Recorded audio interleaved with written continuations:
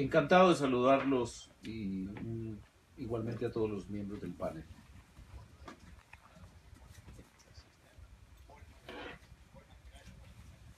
Juan Carlos, muy buenas noches a todos los oyentes y por supuesto a quienes nos acompañan en la mesa de trabajo.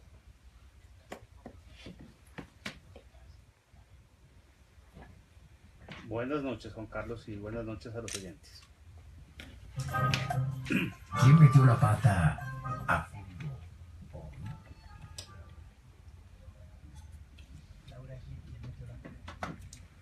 La policía de Río de Janeiro, Juan Carlos. Y les cuento, Amnistía Internacional acaba de sacar un informe que reporta que en un año se han incrementado en 105% las ejecuciones sumarias en Río de Janeiro. 35 muertos en abril, 40 en mayo, 49 en junio. Desde 2009, cuando se anuncia que Río va a ser la sede de los Olímpicos, 2.600 ejecuciones. ¿Qué dice Amnistía? Amnistía plantea que se trata de una limpieza social previo al gran evento deportivo. Y esto tiene un patrón, donde hay grandes eventos deportivos, generalmente hay limpieza social. Eso sucedió en Sudáfrica, por ejemplo, antes de la Copa del Mundo, y bueno, la policía de Río metió la pata. Yo aún tengo en la cabeza la metida de pata, que no necesariamente es de hoy, sino de ayer, de aquellos que creen que Mozambique queda en el Mediterráneo. ¿Para dónde lo pasaron?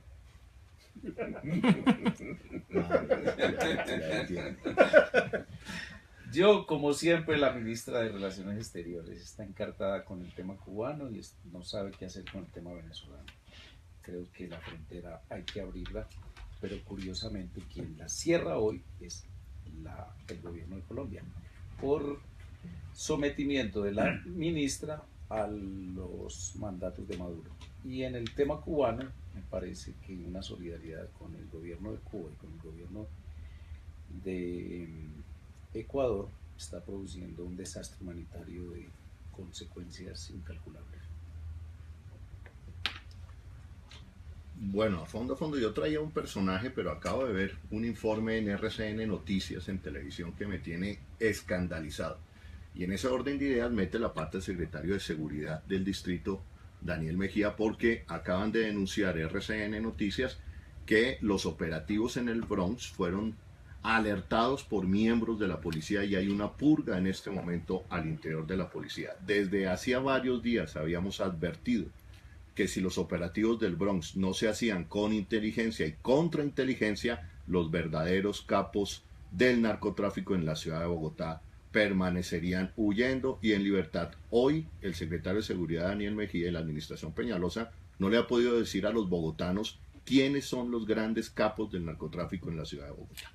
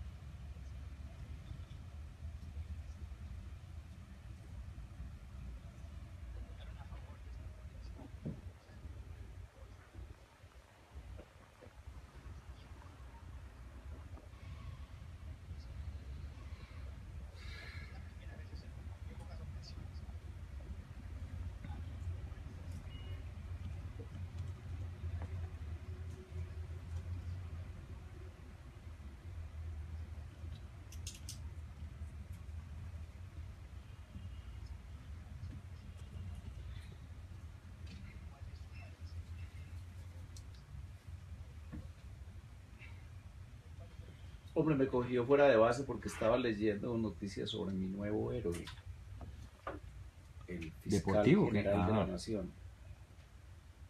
Radica 3 proyectos de ley para garantizar la transparencia. parecería la agenda legislativa del Centro Democrático. No, sabe que yo nunca propuse archivo de ese expediente. Yo creo que ese expediente no debe ser archivado, no debiera ser archivado.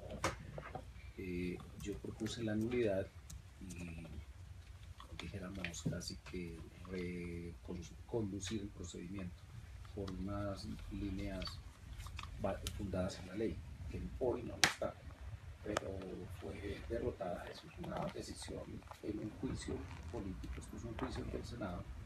Lo que usted dice es cierto, pero relativamente. De hecho, nunca un funcionario distinto a presidente de la República había llegado a juicio ante el Senado. Solamente habían llegado 3 presidentes, que recuerde, Obando, Mosquera y el general Rojas, que era expresidente en ese momento.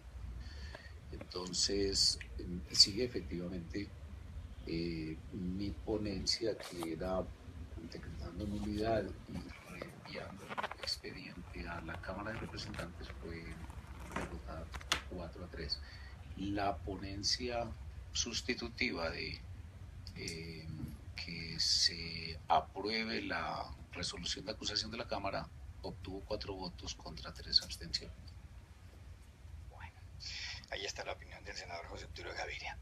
Asuntos políticos, asuntos políticos. Hoy se supo, y aquí de cara al plebiscito por la paz, que el Centro Democrático se va a decantar por el no, que no va a pedir la abstención, sino que va a irse por el no. El expresidente y senador Álvaro Uribe, jefe del Centro Democrático, dijo lo siguiente. O sea que tenemos que buscar una alternativa del no que sea ampliamente conveniente para el país, que sea positiva. El sí es la paz de la paz, el no es la posibilidad de una paz para todos los colombianos. El sí es todo el riesgo a la economía, el no es la posibilidad de tener una economía pujante que sea capaz de financiar. Y además, Uribe agregó lo siguiente.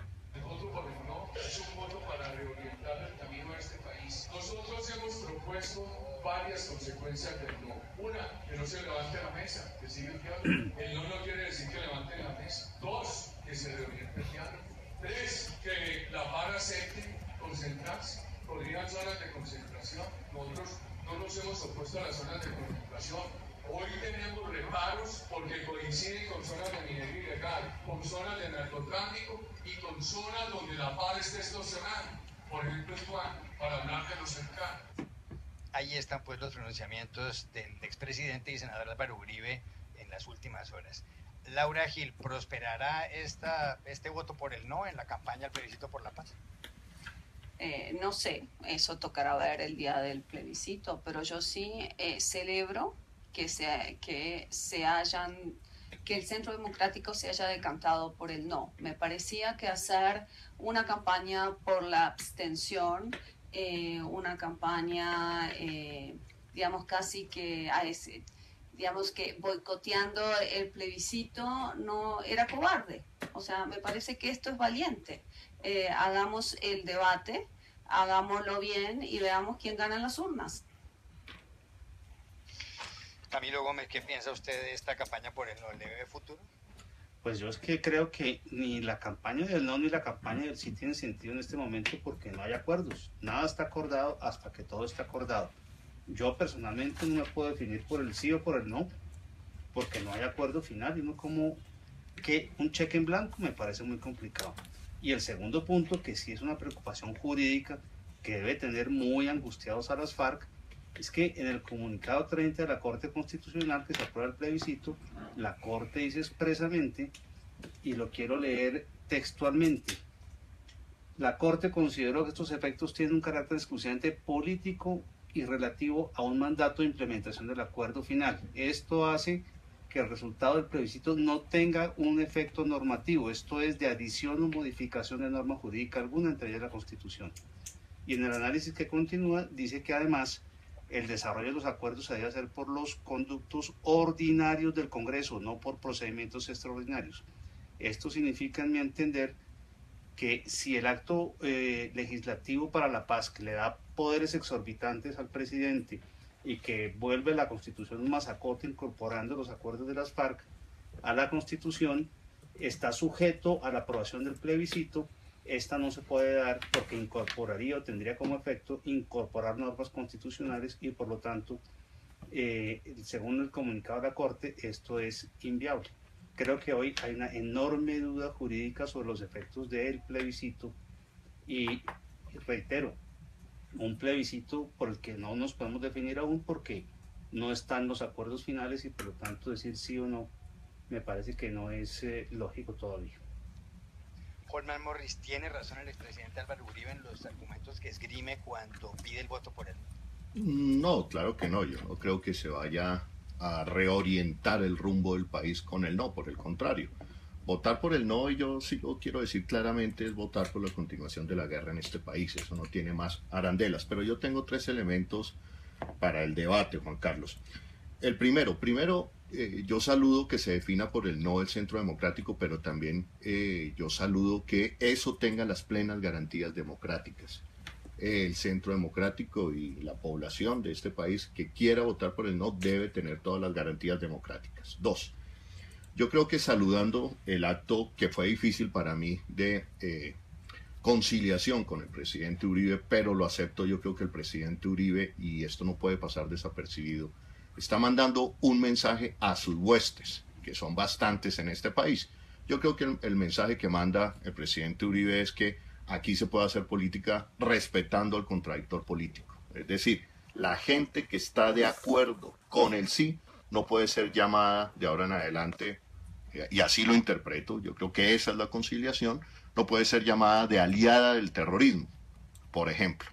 Entonces yo creo que eso es lo más importante y es un llamado a que esta contienda electoral que viene por el sí a la paz y el no a la guerra, que va a ser una campaña que yo veo bien polarizante en el país, por lo menos se tramite dentro del diálogo respetuoso, que aquí ni a unos ni a otros se vengan a estigmatizar.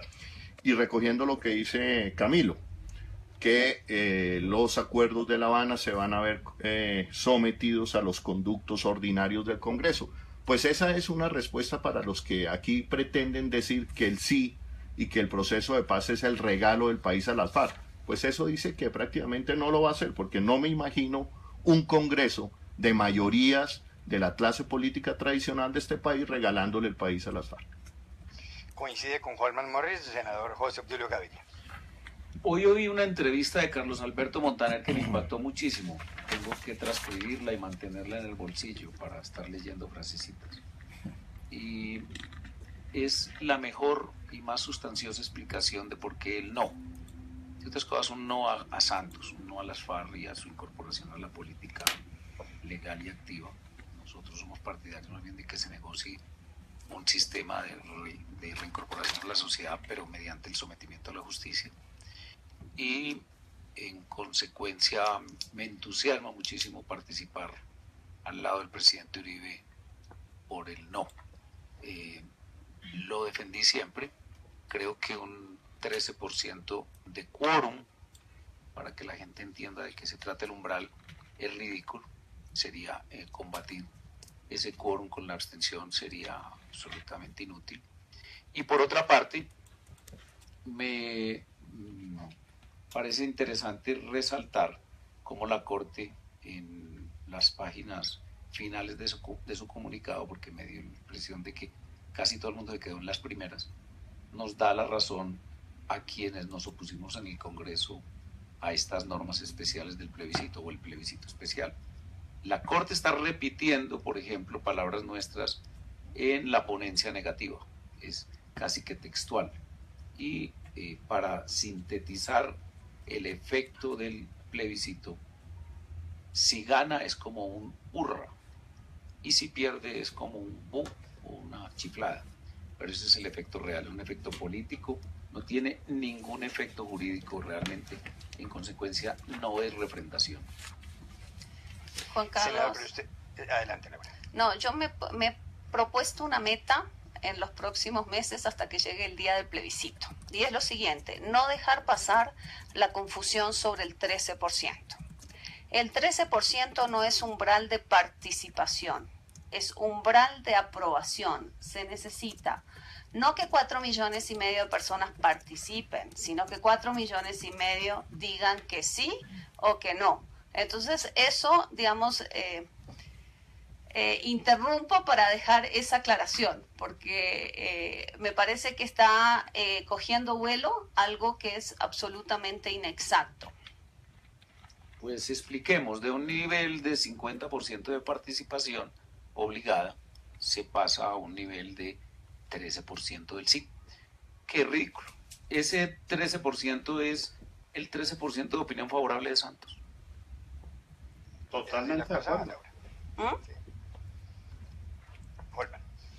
No, yo aquí veo otro tema preocupante. Yo le preguntaría al doctor José Obdulio Gaviria, representante del Centro Democrático en la mesa, si llega a ganar el sí, como yo creo que va a suceder, porque este país, iba a utilizar la frase de la calle, este país está mamado de la guerra, especialmente los más pobres con los que siempre históricamente se ha hecho la guerra.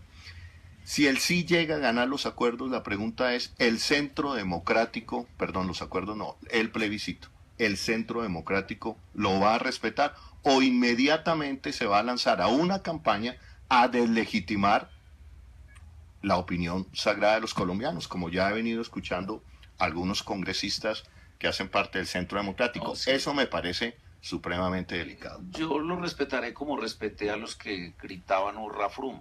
Pues claro, ganó y que nosotros los hinchas de Quintana nos sometimos y eso es una situación real.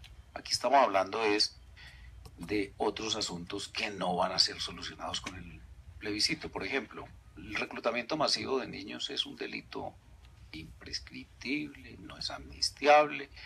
Ellos lo reconocieron, incluso con números ridículos, pero de todas maneras lo reconocieron. En consecuencia, eso los hace inelegibles y los hace imputables. Nosotros creemos que ese tema seguirá. Igualmente la masacre de los diputados del Valle del Cauca, el asesinato del gobernador de Antioquia, los secuestros sistemáticos, etc. Entonces nosotros hemos venido diciendo, hombre, pónganse razonables, discutan ese tipo de asuntos sabiendo que no pueden ser solucionados de una manera casi que con desplantes como los que está pretendiendo hacer el gobierno con sus negociadores y las FARC. Y les recuerdo además que los hechos internacionales son tosudísimos. Por ejemplo, toda la cúpula, toda, incluyendo a Tanja, tiene órdenes de captura internacional. Por lo menos no, yo creo que están suspendidas con excepción de 3 o 4, pero sí tienen solicitud de extradición y hay indictment, y ellos, eso es una realidad, eso no se puede soslayar en un acuerdo firmado entre Santos y Timochenko. Y además ellos son los responsables hoy del 70% del tráfico de drogas en el mundo, eso es una realidad. Entonces el plebiscito, por más que voten sí 5 o 6 millones de colombianos contra, diga usted, nos ganen por 4.200.000 o 4.800.000 nosotros, no lava esa situación, es una situación real. Es como el tema también de el señor Trinidad, estaba expandiéndose la noticia de que era inminente su liberación. Eso era absolutamente imposible, era una falsedad conscientemente expandida por el gobierno y por las FARC. Entonces, esas son realidades que hay que afrontar y que son parte de la discusión con o sin plebiscito. 7:33, ya volvemos. RCN Radio, nuestra radio. Un segundo. El de Pereira Voces Incendio. Los nacionales todos salieron. ¿Ya salieron? Entonces vamos con el de Luisa Predial. Pregunta Juan Carlos, ¿con qué tema les gustaría seguir? O lo del procurador por unidad de materia con esto del plebiscito y la paz. ¿Cuántos? 120. Pero lo que usted dice es cierto, ese plebiscito, pues el sí o el no 120. por ahora es pura carreta. Y 7 de la noche, 33 minutos, y este lunes va a iniciar la discusión en plenaria del proyecto de simplificación tributaria en Bogotá. En el 2017 podría haber cambios en el pago de impuestos. Luisa María Rodríguez.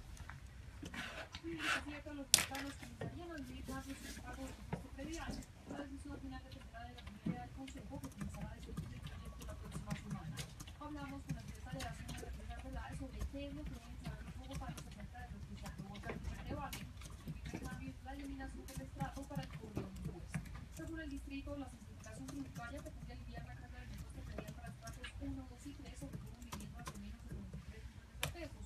Pedidos de gran valor en estratos bajos deberán contribuir con un mayor tributo. Se ven beneficiados porque se les baja la tarifa y se les baja el impuesto a pagar. ¿Cómo se compensa esto? Es fundamentalmente con un mayor recaudo en las personas que tienen mayor capacidad, es decir, en aquellos predios que básicamente están superando los 1.000 millones. Y el acto legislativo quedó en un limbo.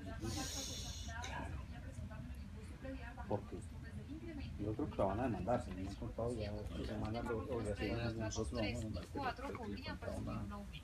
La propuesta fue bajar precisamente esos incrementos al 20% para los predios que tengan un valor de más de 330 millones de pesos. El impuesto también se podrá pagar hasta en 8 cuotas durante un año. Así que la Corte pueda demora siempre y cuando nos pero como solo entra en vigencia cuando la prueba el plebiscito no entra en vigencia. Sí, pero sí es demandable. Es Están en manos hoy. Y yo creo que los padres estarían preocupadísimos. RCN se identifica con la tranquilidad. Hola, amor. Hola, cielo, ¿qué haces? Mi amor, estoy solita. Uy, ya voy para allá. Tranquilo, nosotros respondemos. Asegúrese, Seguros Bolívar. Vigilado de Dependencia Financiera Colombiana. Dijo Andrés, no has aprendido a calcular, ¿cierto? Pero Juan, ¿por qué dices eso de mí? Porque habían carros al frente. Y aún así te pasaste el semáforo. Ahora bloqueaste la intersección. De ahora en adelante, así está en verde, voy a calcular bien para no bloquear la intersección. Porque la ciudad necesita más movimiento. Pero bien lo de Serpa, dice el hijo. La operación. Sí, que lo operaron. El corazón. Otra vez, pero por urgencia o por...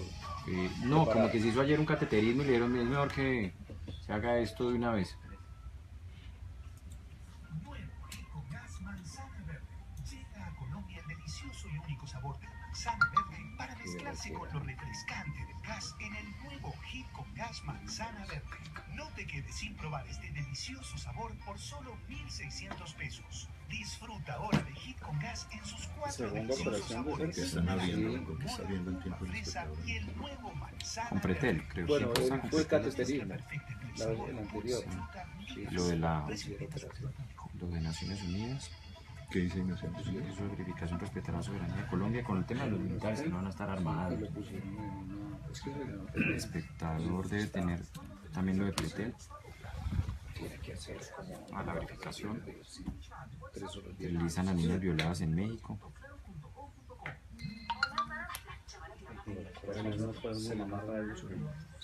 Seguimos y nos ayudan con los audífonos.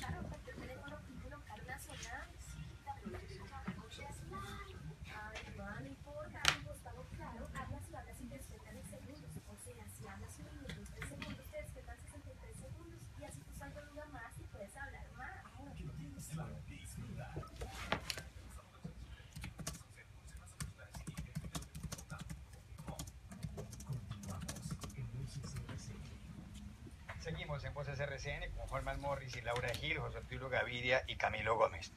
Holman, hoy le ha mandado el Procurador General de la Nación una carta con 60 preguntas al presidente Juan Manuel Santos, preguntas sobre el proceso de paz.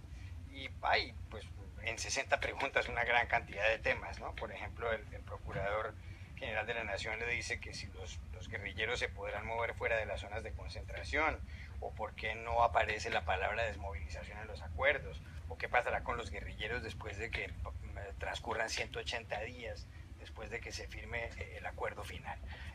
El presidente de la República no le ha contestado al procurador dentro de lo normal, pues por lo que ha ocurrido en los últimos meses. Lo que se puede esperar es que no le pregunte. Pero entonces, y eso le pregunto yo a usted, Holman, ¿sirven para algo estas cartas? ¿Tienen algún sentido? ¿Sí? ¿Valen la pena? Pues, Juan Carlos, lógicamente para el Procurador General de la Nación valen la pena. Él está haciendo política, y está haciendo política con recursos de los colombianos. Yo creo que el Procurador, en lugar de dedicarse a hacer cartas, yo lo invitaría a que se retire del Ministerio Público y se vaya, digamos, al Centro Democrático y empiece a hacer campaña por el no. Pero esto que está haciendo no tiene presentación. Voy a explicar por qué. Si el presidente de la República responde cualquiera de esas 60 preguntas, abro el paréntesis, le faltó preguntarle al procurador al presidente Santos por el sexo de Los Ángeles, cierro el paréntesis, cualquier pregunta que responda el presidente Santos tal cual como están formuladas, amerita ya que el procurador mismo le abra un proceso de investigación al presidente. 3. Juan Carlos, yo creo que esto ha sido un despropósito todo el actuar del Procurador General de la Nación. A ver, el mejor clima para el respeto a la vigencia de los derechos humanos en cualquier sociedad del mundo se llama la paz.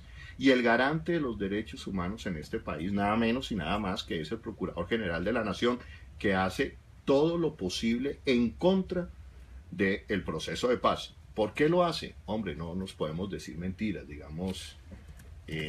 Yo creo que aquí la gente ya está muy crecidita en este país para no darse cuenta que el Procurador General de la Nación quiere ser el próximo presidente del país a costa, y esto es lo terrible, a costa de acabar con el proceso de paz, y por eso hace este tipo de cosas. Y termino con lo siguiente. Entre las cosas que hace es inhabilitar, por ejemplo, tener en la guillotina aún todavía a un candidato fuerte a la presidencia como es Gustavo Petro, inhabilitar a sus posibles contradictores políticos en una eventual campaña a la presidencia en el 2018. Pero usted no cree que al margen de que pueda estar haciendo o no politiquería, las preguntas que hace como colombiano no son pertinentes, sobre todo con respecto a los milicianos de las FARC, si también se van a concentrar temporalmente o si también van a formar parte de un proceso de desmovilización, si incluso el Estado es consciente de cuántos milicianos forman parte de las FARC. Es que le está preguntando inclusive si va a haber paz después de eso. Pues ¿cómo va a garantizar el presidente Santos,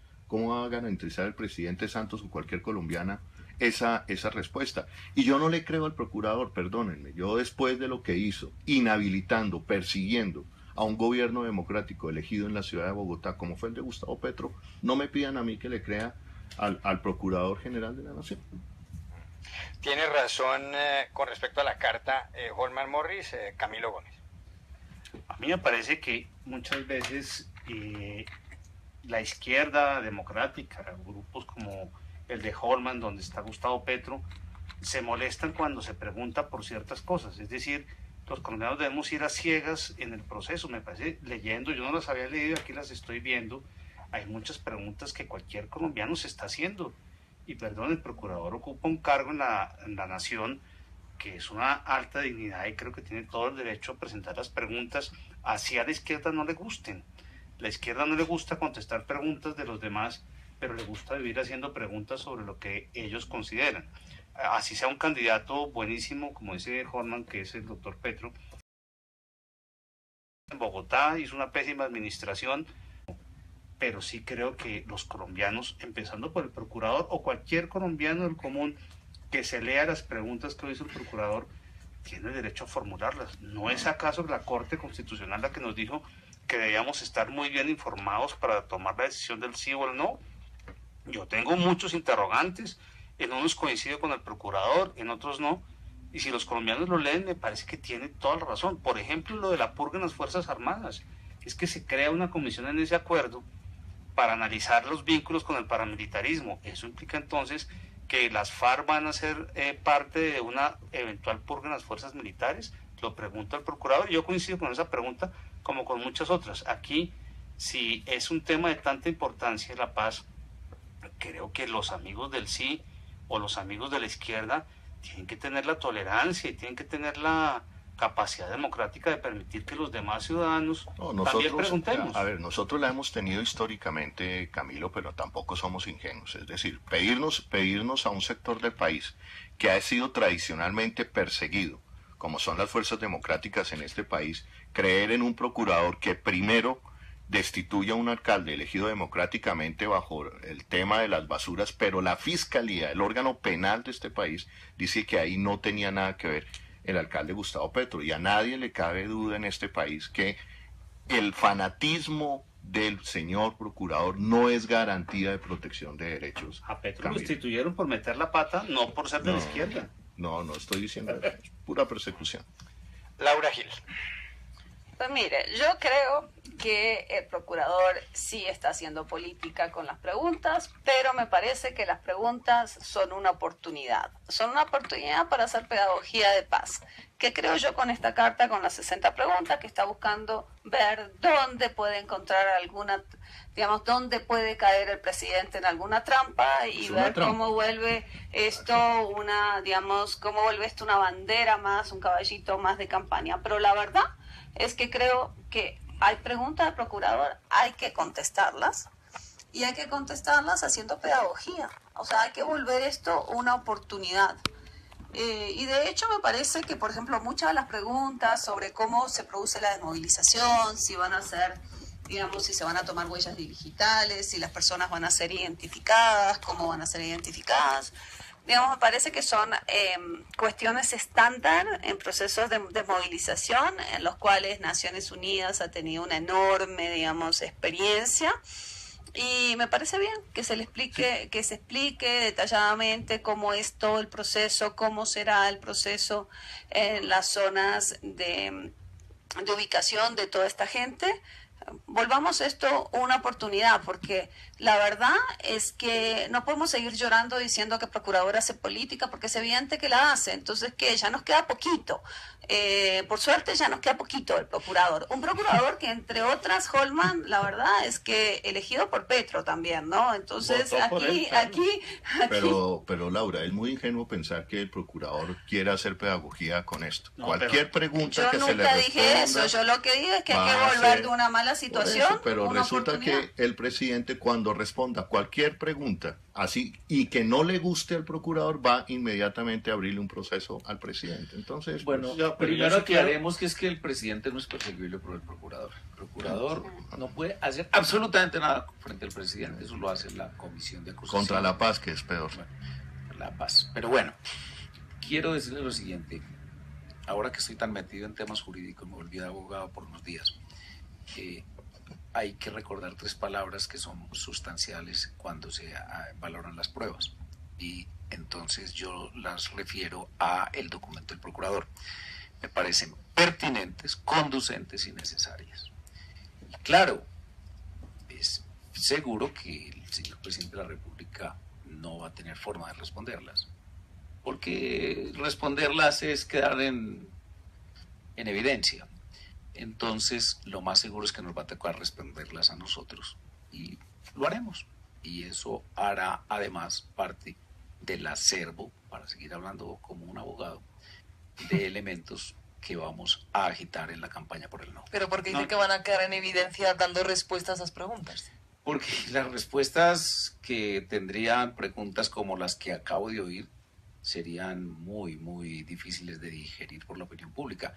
Por eso recomiendo oír hoy nuevamente en otra emisora a Carlos Alberto Montaner, que se hizo ese tipo de preguntas.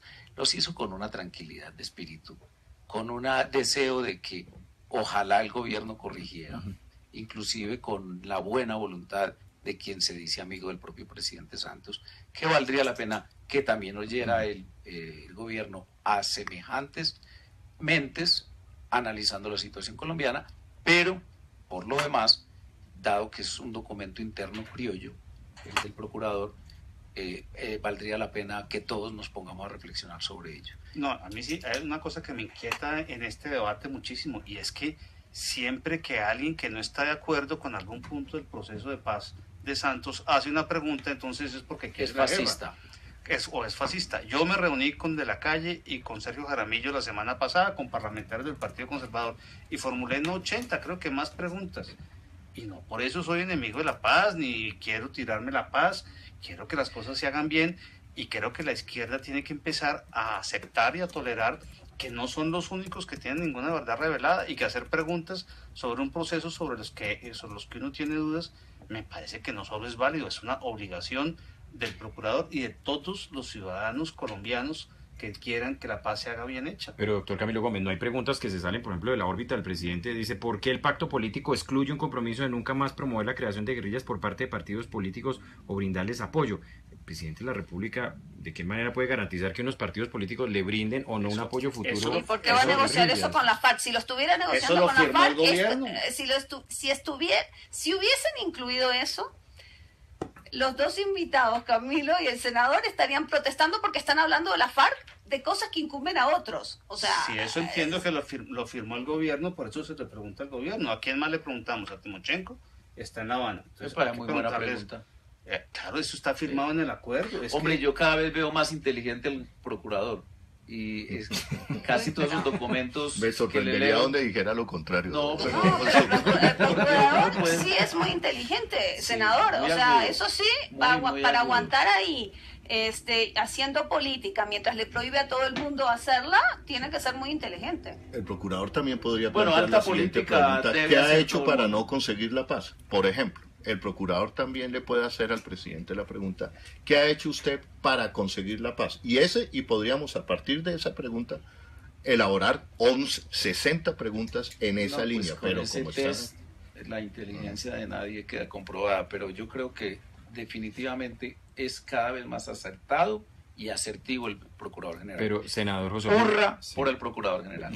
Termina esa comunicación el procurador diciendo: señor presidente, dada la urgencia nacional de este tema, le agradezco su respuesta a la mayor brevedad, pero conociendo las declaraciones que le han antecedido al presidente Santos, muy fuertes contra el procurador, y diciéndole que es completa autonomía al jefe de Estado iniciar este proceso de paz, ¿le va a responder? ¿Usted qué cree?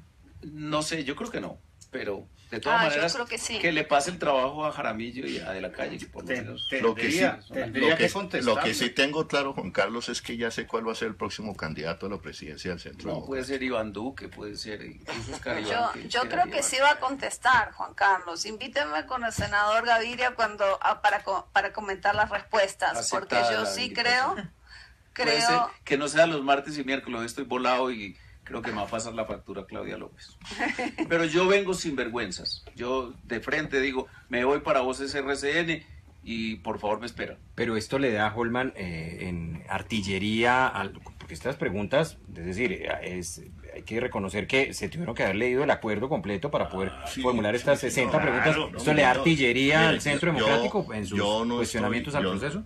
Yo no estoy diciendo que el procurador primero no tenga derecho a hacerla, tiene todo el derecho a hacerla. Lo que pasa es que su actitud fanática contamina sus actuaciones, y ese es el problema, es que aquí no puede haber fanáticos ostentando un puesto que es el que le da garantías a los colombianos del mejor uso y ejercicio de lo público, ¿no es cierto? Entonces eso es lo que contamina, y lo hemos visto defendiendo, por ejemplo, a los grandes, a las personas que desterraron aquí a miles de campesinos. Lo vimos en una situación en la costa defendiendo a los victimarios, a quienes desplazaron a los campesinos de las tierras. Allá lo vimos defendiendo. La actuación con Gustavo Petro, todo el mundo lo ha dicho, lo dijo la Comisión Interamericana de Derechos Humanos, deja mucho que desear de la independencia, y tiene pues ese talante fanático. Es que, perdónenme, cuando un procurador quema libros en su infancia y desde su puesto de concejal en Bucaramanga defendía el proyecto de las autodefensas del Magdalena Medio, pues esa persona nunca pudo haber llegado a ser ciudadano. Pero a mí sí me encanta que Holman hable en contra del fanatismo, porque si yo he visto al fanático es el doctor Gustavo Petro. Ojalá le haya dado ese consejito, que Petro no solo no quemó libros, quemó otras cosas como el Palacio de Justicia. Bueno. Oiga, pero yo sí, pero quiero volver a... Qué buen comentario. Yo no entiendo por qué estamos hablando de Petro, la verdad. No, porque es que son más petristas que los petristas, Laura. Oiga, pero, es que la discusión que surge aquí es muy interesante. Pero la verdad es que el tema no fue traído por el doctor Gómez. Oiga, pero doctor Camilo, y a propósito de lo que decía Holman, en esos fanatismos, no ocurrió lo mismo con la Fiscalía de Montealegre, que estaba pues, a juzgar por las declaraciones, completamente arropado por el proceso de paz, y un poco las primeras declaraciones de Néstor Humberto que parecieran ir en ese mismo sentido?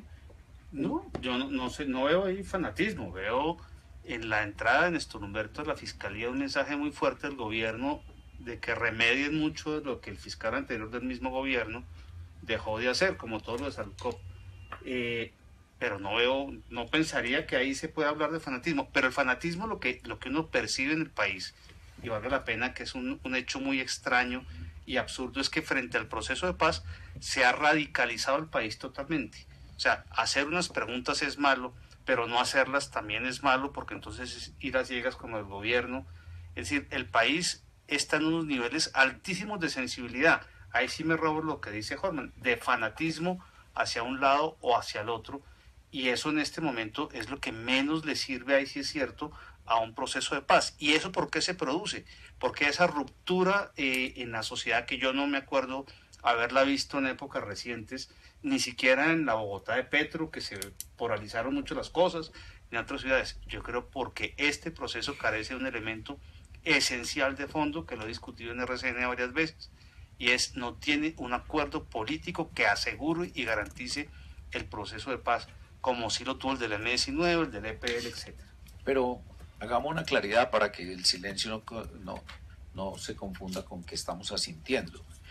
El procurador no es un fanático, el procurador es un hombre de principios.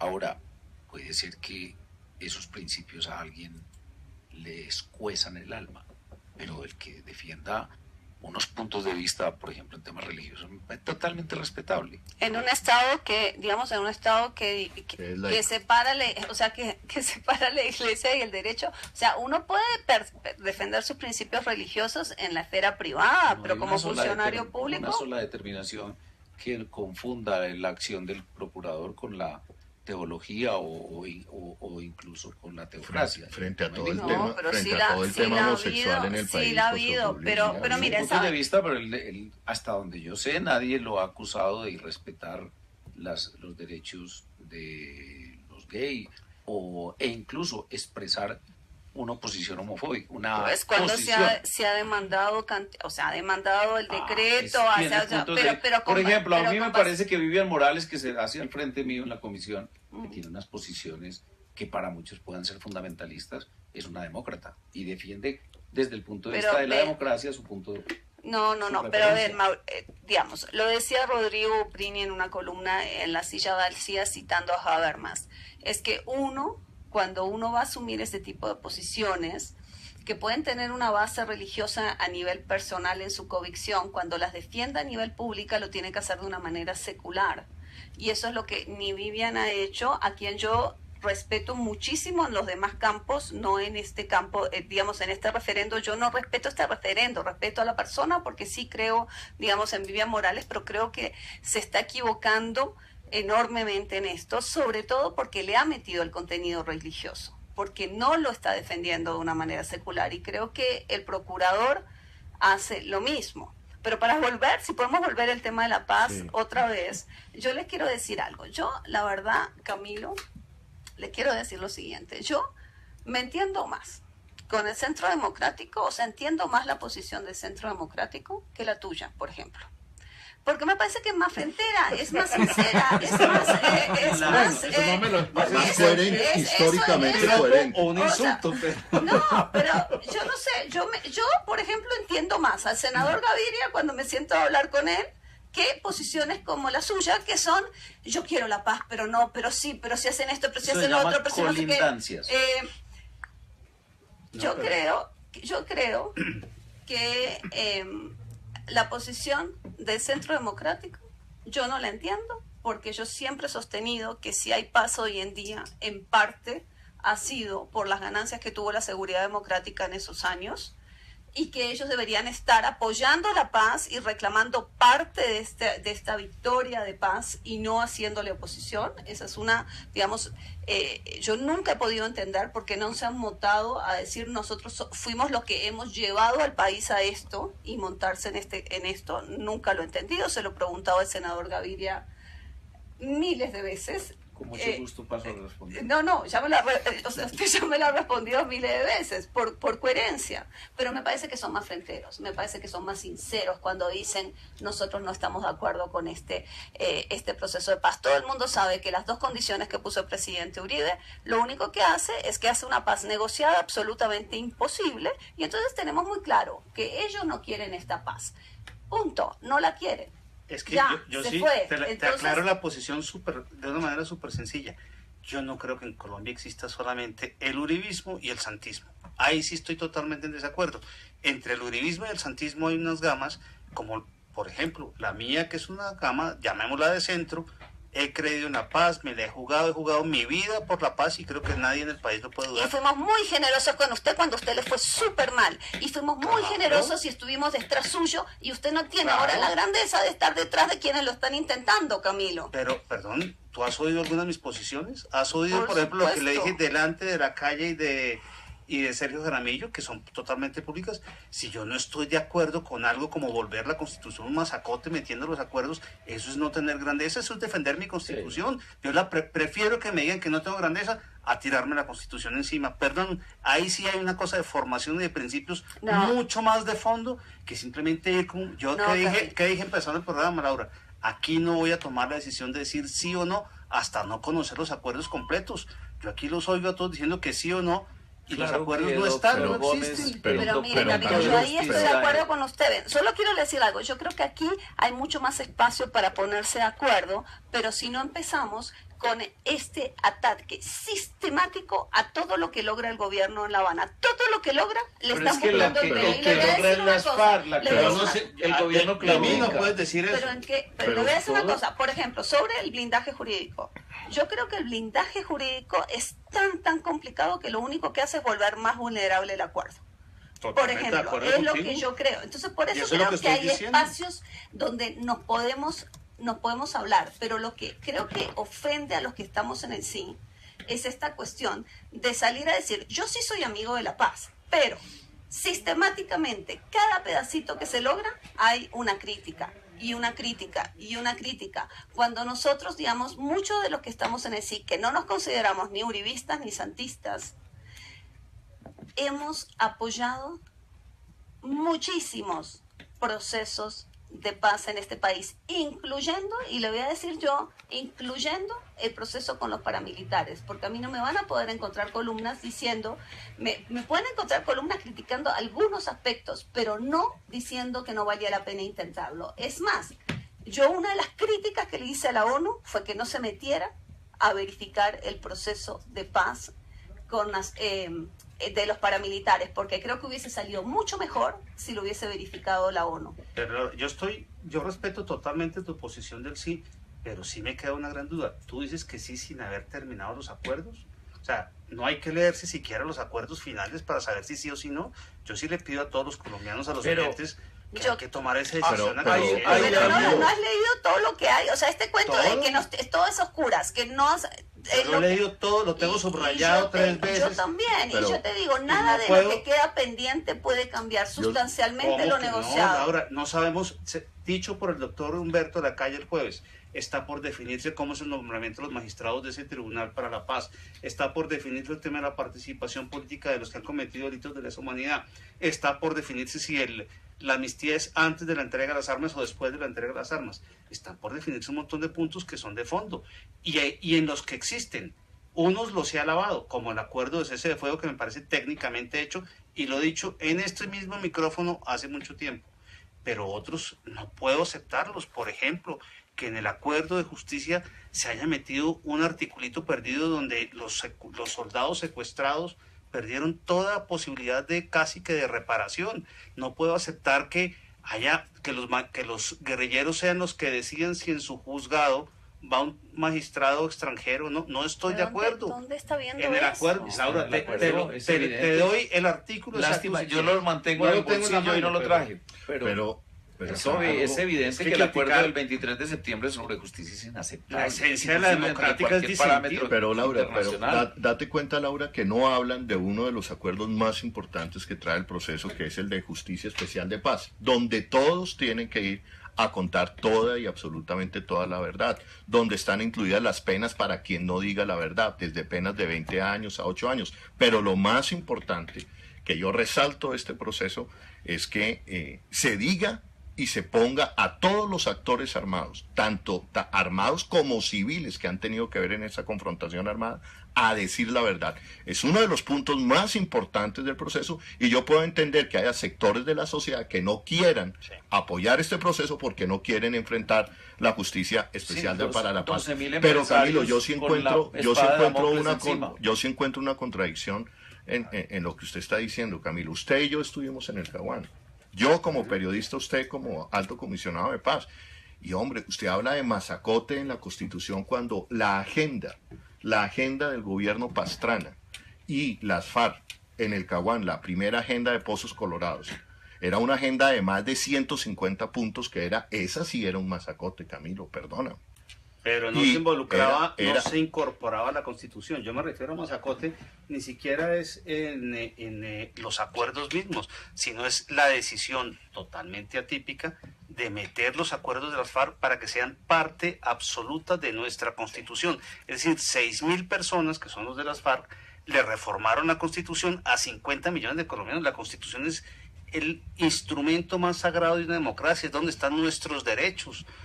Se reforma, se modifica o se crea con la participación popular. La creó una constituyente.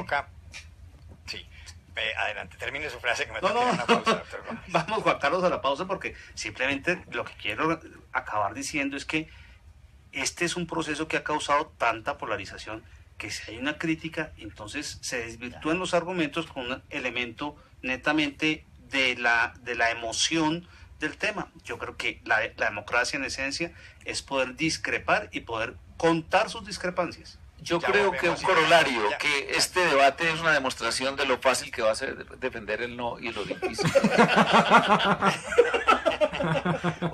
8 de la noche, 5 minutos, ya volvemos.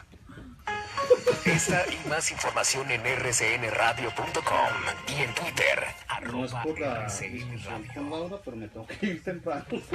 No me vas a quedar mal. Tengo un tema familiar inevitable. Y cuando se estaba poniendo mejor. ¿Ah? Va a seguir con el derecho inevitable, ineludible y sino intransferible. A las 25, 27 más o menos termina.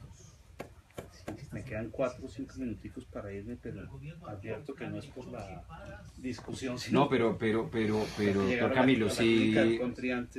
No, pues si le toca salir, hágale, porque igual el avance dura 3 minutos, más la cuña son 4. El artículo, porque en lo que yo voy están estudiando si los magistrados de la jurisdicción los van a elegir las cortes, que son las cortes que elijan los magistrados. Y ha dicho que no, pues está trancado el proceso. Pero no está trancado. La FARC nomina la mitad, otra cosa. El gobierno la mitad. El artículo que dice que el guerrillero es el que escoge si en su tribunal hay un magistrado extranjero, te lo mando mañana encantado. Pero y el de los soldados. Eso es otra cosa, y aparte no lo van a elegir ellos, o sea, no van a elegir ellos. Pero van a decidir si los juzgan. No, pero ves como mal informado, o sea, no es que van a decir, yo quiero que Camilo Gómez o que Holman Morris sean mis jueces, eso no lo van a hacer, no va a estar en manos de la gente elegir los nombres. ¿Me escucha? Carlos, ¿le puedo hablar ahí a Carlos? Carlos Ibarra, ¿no? Definir el mecanismo para aceptarlos. Elegir si quieren una internacionalización de su corte. Pero tú sí le puedes hablar, ¿cierto? No. Que hay una Twitter sobre la salud de Serpa. Antes de irme, que delante de la calle de Jaramillo le eché flores a la Comisión de la Verdad. Alejandro, solo pedí que no fuera otra vez una comisión solamente con miembros de bueno, listo. Como la comisión histórica del origen del conflicto, que tuvo solamente la visión de la izquierda. Es que el país no es solo de izquierda. ¿A ti te parece Malcolm X? Malcolm X es de izquierda. Fueron dos informes. Gustavo Duncan es de izquierda. Gustavo Duncan es de izquierda. No, estaban repartidos, eran 3 y 3. Eran 3 y 3. Como no Entonces se pasaron 2 para el otro lado. Como no se pusieron de acuerdo en una narrativa conjunta, acordaron que uno tenía 3, el otro tenía 3 y propusieron 3 y 3. Entonces, ¿desde cuándo Gustavo Duncan y Malcolm X son de izquierda? Tomaba postular para el tribunal, para la Comisión de la Verdad. No, para la Comisión de la Verdad. Eso 8 años ahí. No. ¿Qué necesitas buscar? No me des, o sea, Bueno, mejor dicho, yo no peleo contigo, yo peleo con Pastrana. Contigo ya no. O sea, me desquito en este pobre porque como el Pastrana no se sienta ahí. Pero a mí me parece, o sea, la verdad es que te digo con toda sinceridad, yo respeto más la posición de Uribe que la de Pastrana. 1000 veces más. Pero, por ejemplo, ¿qué no te gusta de Pastrana? La carta de esta semana me parece diciendo... una mezquindad la de Pastrana, me parece mezquina. lo generoso que fuimos nosotros cuando la FARC los tenían dando vueltas a ustedes y lo generosos que fuimos nosotros, Camilo, en seguir apoyando, en seguir apoyándolos y los apoyamos. Y ese acuerdo político que tú dices, ese acuerdo político, la generosidad fue resultado de la generosidad de un país, una generosidad que no le están mostrando ahora al gobierno, que reclamaron para ustedes en su momento y que no le están mostrando al gobierno ahora. No es culpa de los que estamos por fuera del gobierno, es que el gobierno no ha hecho un llamado al acuerdo político. Acá, ¿cómo es? Bueno, esa es una discusión a demostrar. El acuerdo del gobierno se ha equivocado en eso. Yo creo que el gobierno se ha equivocado en casi todo, menos en los acuerdos de paz. Gracias por venir. ¿Que el gobierno qué? Se ha equivocado casi todo, menos en la Habana. Todo el tiempo se equivoca. Sí, por eso estamos Chao. ahí. De resto. Muy bien, muy bien. Es el de 3 minutos a la Hasta luego. Hasta luego. Que estés bien.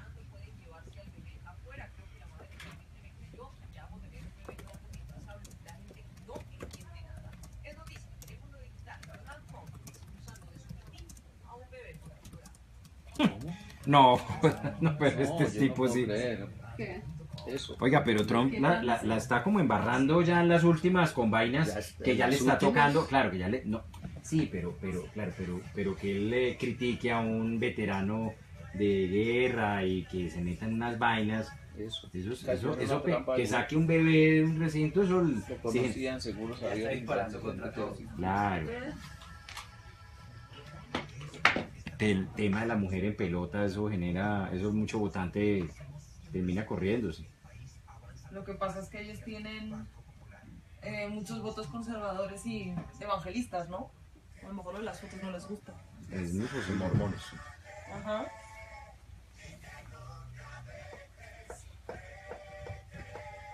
Que por lo demás la señora está churrísima, pero eso para el voto evangélico de pronto la cosa sí se le complique. A lo mejor dicen que no y Diga, no. ¿Cuál tema entramos? Seguimos el mismo, pero ya. ¿Cuál tema finalmente les gustaría de los planteados? ¿Qué nos queda pendiente?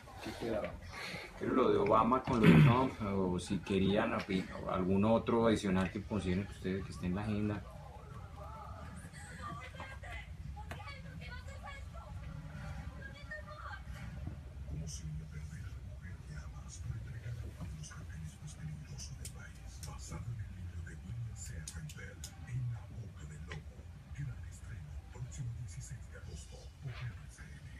Te escuchaba, Laura, con el tema de los migrantes. Yo no sé si de pronto, como veo que ya finalmente tomaron la decisión de que los van a expulsar, si quisieran opinar algo. ¿Sí? ¿Y expulsar a dónde? ¿A Panamá? No, que México finalmente los rechazó. Entonces que los vamos a... No, que los... Si se ponen los audífonos, por favor.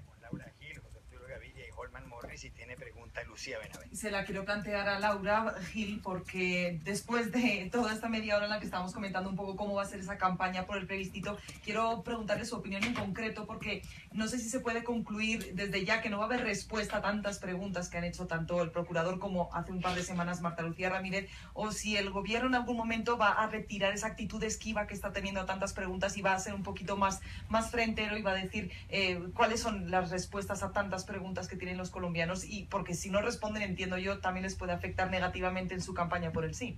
Pues mira, yo creo que el gobierno, o sea, en este caso específico, pues yo creo que el presidente va a responder, porque es su obligación responderle al procurador, y yo espero que el presidente cumpla con sus obligaciones, y espero reencontrarme con el senador Gaviria cuando lo haga.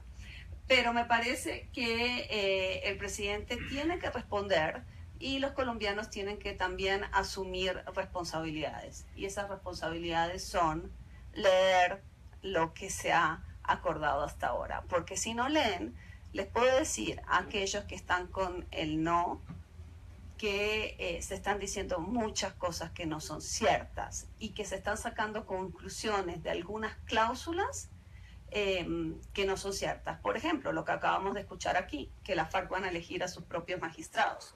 Eso no está en los acuerdos. Cuando uno pregunta, bueno, lo llevan a algunas afirmaciones y uno no entiende cómo logran sacar esas conclusiones de las afirmaciones que uno ve en los acuerdos. Entonces yo creo que hay que leer, que esa es la responsabilidad de todo colombiano que vaya a las urnas, que los que estamos a favor del sí tenemos que conocer los acuerdos, los que están a favor del no tienen que conocer los acuerdos, pero no ideologizar esto a un punto en que nos dejemos desinformar. Laura, ¿cómo se van a elegir? Aquí estamos hablando de esos magistrados de ese Tribunal Especial para la Paz, que va a conocer de una serie de causas importantes. ¿Cómo se van a elegir a esos magistrados de verdad? Porque aquí unos dicen una cosa, otros dicen otra cosa, otros dicen la de más allá, y por supuesto en Colombia la gente está inquieta porque hay ciudadanos que la mayor parte de la gente no ha leído esos textos. Muchos ciudadanos creen que los señores de las FARC van a poder meter mano a la hora de seleccionar los magistrados de ese tribunal que va a hacerse cargo de procesos en donde van a estar involucrados esos integrantes de las FARC. ¿Cómo es el asunto de verdad, Laura? Mire, el asunto de verdad es que ese pedazo todavía no lo sabemos. Hasta hace poco estaba en negociación, ¿no? Es que hay que decir las cosas como son. Estaba en negociación que las altas cortes fueran quienes eligieran los magistrados que funcionarían en la jurisdicción especial. Y se proponían unos cuando nombres. yo le solicité al doctor Camilo Gómez que me mostrara qué artículo era el que decía que las FARC iban a elegir a sus propios magistrados, me señaló uno en el que habla de que pueden elegir si quieren magistrados extranjeros. Esa es otra cosa, porque eso es el artículo 65 del Acuerdo de Víctimas, que dice que las personas sometidas a la jurisdicción podrían solicitar que se integre por 3 magistrados, la sala por 3 magistrados colombianos y 2 extranjeros. En ningún lado dice que las FARC van a estar eligiendo a quienes quieren de magistrados y cómo se compondrá cada una de esas salas. Eso todavía tiene que ser aclarado. Entiendo que está en negociación y por supuesto, yo creo que ninguno... La respuesta es que no sabemos. Todavía no sabemos, pero no podemos estar diciendo que las FARC van a elegir a los magistrados, porque no lo sabemos. Ese documento... Y yo le quiero decir algo, senador Gaviria. Si las FARC eligieran a los magistrados, yo creo que yo también me podría. Ese documento es el documento del impregnado del espíritu de las FARC. Es un documento que Enrique Santiago y Álvaro Leiva se pavonean por el mundo contando cómo lo redactaron, en cuántas horas lo redactaron. Es un documento que el mismo de la Calle firmó con vergüenza, puso una notica en discusión. Al día siguiente los negociadores de las FARC dicen no se le toca una coma y no se le toca una coma. ¿Qué dice respecto al tribunal? Es un tribunal que va a juzgar prácticamente a todos los colombianos. Por ejemplo, inmediatamente recibirá los expedientes que tenga la Cámara de Representantes, la Comisión de Acusación y de Investigación. ¿Cuáles son? Pues los de los expresidentes. ¿Qué juzgará a los exmilitares o los retirados? ¿Qué juzgará se calcula, por ejemplo, cifras que han dado hasta el fiscal saliente, el señor Montealegre, 12.000 empresarios? Abella decía de Urabá que calculaban unos 1.200 empresarios de esa zona los que serían llevados allí a ese potro del tormento y el martirio. Ahora, ¿cómo se va a conformar? Lo dice el documento, dice la filosofía de la conformación. Son 24 miembros, 20 colombianos y 4 extranjeros. Es un tribunal híbrido en ese sentido. Y la nominación de los 20 será conjunta y equilibrada entre las partes, entre los rebeldes, como dice el documento, y el gobierno de Colombia. Juan Carlos. Adelante. Juan Carlos, yo no sé si, y este es otro de los, digamos, caballitos en los que ha cabalgado el Centro Democrático, decirle a los colombianos que todos los colombianos van a ser juzgados por ese tribunal. Primero, yo tengo dudas sobre ese documento que menciona el doctor José Obdulio, no creo que sea así.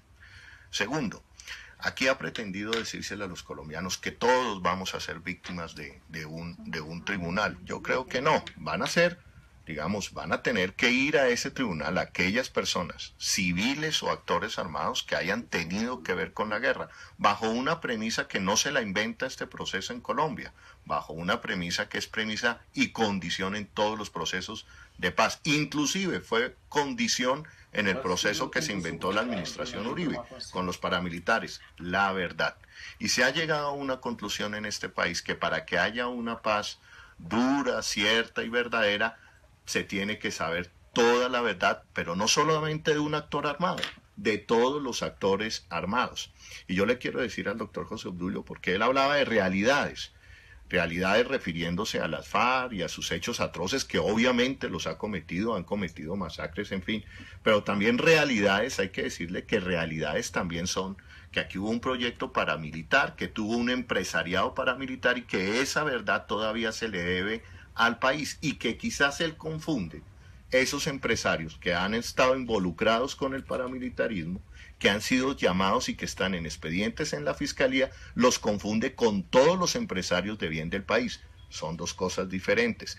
Hablando de realidades, aquí pues el señor Mancuso ordenó miles de masacres en este país, el señor Don Berna, e inclusive dentro del proceso que estaban llevando a cabo con la administración Uribe, en medio del proceso ordenaron asesinatos y se cometieron masacres, se prestaron para interceptar de manera ilegal a la Corte Suprema de Justicia. Esas son realidades. Sin embargo, sacaron adelante ese proceso. A mí me llama mucho la atención porque este proceso yo lo veo que ha tenido unos blindajes importantes. Ahí en la mesa está un delegado del gobierno norteamericano, pero claro, como el gobierno norteamericano de Obama para algunos es castrochavista, pues eso sí es fanatismo. La representante de la Corte Penal Internacional a velar ese acuerdo. Está la Unión Europea, en fin, hay muchos blindajes, Juan Carlos, que nos permiten decir que esto va por camino y que esto no es ninguna burla, como algunos, o la entrega del país a las FARC. Y termino con esto, además, porque como dice el doctor Camilo Gómez, en una de los apartes, todo esto se va a ver sometido al Congreso de la República. Entonces yo no creo que el Congreso de la República, con mayorías de la clase política tradicional, pues le vayan a entregar el país a las FARC. Oigan, porque quedan pocos minutos, tengo que cambiarles de tema y este asunto es importante, el que queremos plantearles a ustedes. Hoy el nuevo fiscal general de la Nación, el doctor Néstor Humberto Martínez, que se posicionó hace algo más de 24 horas, presentó 3 proyectos de ley con respecto a la fiscalía. El primero, según ese proyecto de ley, y si se aprueba, por supuesto, y se convierte en ley, entonces, en caso de que el fiscal general de la Nación tenga que declararse impedido en algún proceso, o sea, recusado, es decir, si alguien va y dice, mire, lo que pasa es que el doctor Néstor Humberto Martínez, o de ahí en adelante los fiscales, fue abogado de tal empresario, qué sé yo, y no puede estar vinculado, no puede estar aquí involucrado en esta investigación, pues en adelante, la sala plena de la Corte Suprema de Justicia, según este proyecto de ley, tendría que nombrar un fiscal ad hoc, lo que quiere decir un fiscal para el caso, y no como está ocurriendo ahora, que es un vicefiscal el que entra a reemplazar al fiscal en este caso, en estas ocasiones donde hay impedimentos o recusaciones. Ese es el primer proyecto de ley. El segundo es que aquí la idea es que no haya fiscal general interino, sino que el presidente de la República pueda nombrar a un fiscal en reemplazo rápidamente, mandar una terna a la Corte y que sea mucho más, que se haga con más prisa esa elección. Y por último, el tercer proyecto de ley que presentó Néstor Humberto Martínez se refiere al control interno, sobre todo en materias, en lo que tiene que ver con números, y la idea es que ese control lo ejerza un tercero y no alguien nombrado por el fiscal general de la Nación. Doctor José Obdulio, usted es abogado, ¿le gustan esos proyectos de ley o no? Inclusive pretendería más bien que sea la Contraloría, que es lo que se escabulló el señor Montealegre.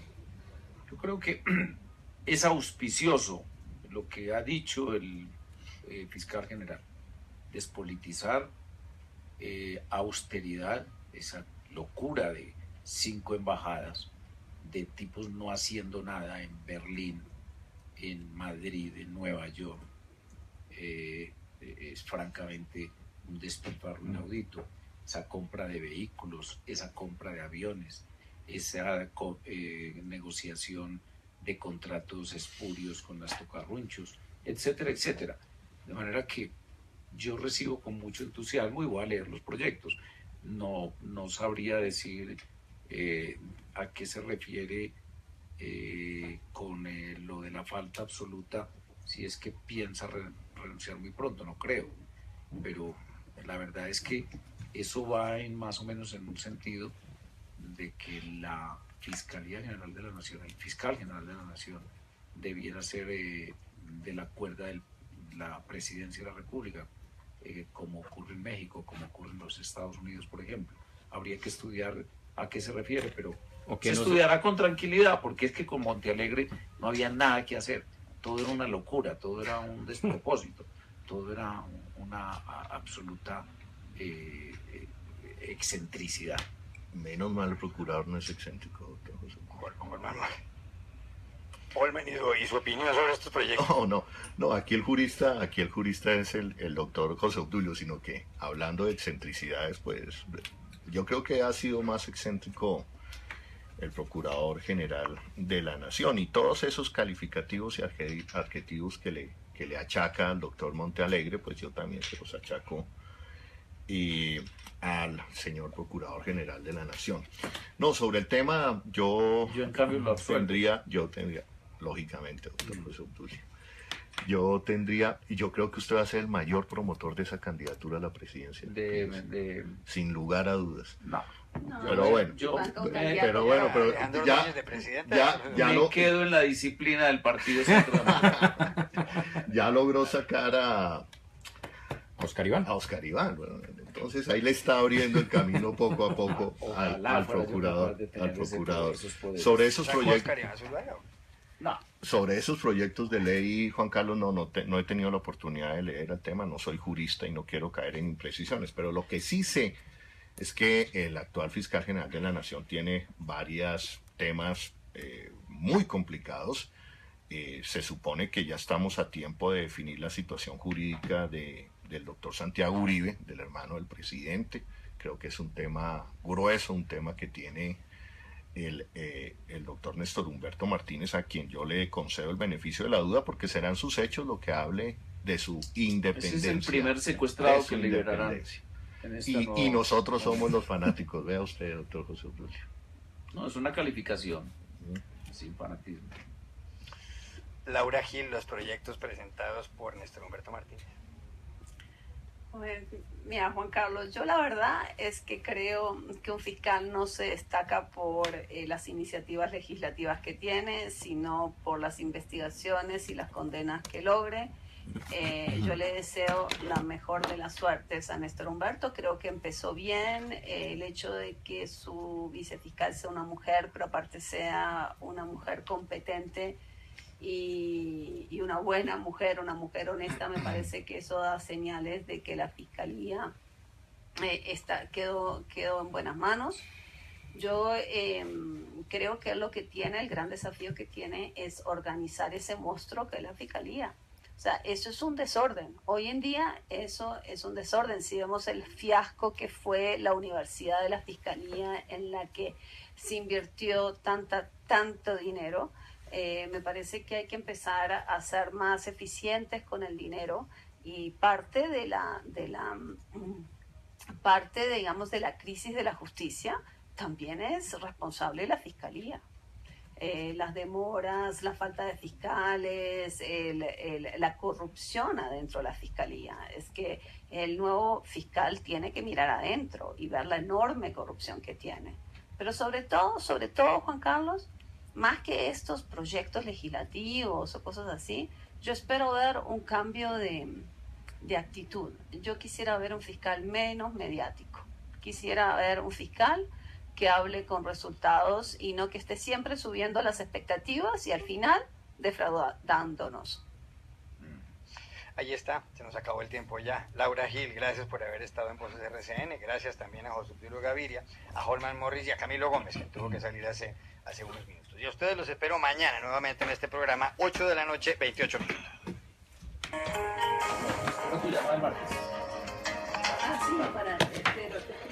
Para el otro programa, por ahí en enero, gracias a ti. No. De acuerdo. Le hago una apuesta que contesta. Le hago una apuesta que contesta. ¿Qué? Que sí contesta. ¿Qué? El presidente de la Cámara. Yo no Y creo. no me pudiste mostrar dónde era que decía mitad y mitad. No, estoy hablando, ahí no te mostré, pero también está. Ahí te estoy mostrando de los expedientes que pasan al tribunal, los de la Fiscalía, los de la Cámara, o sea,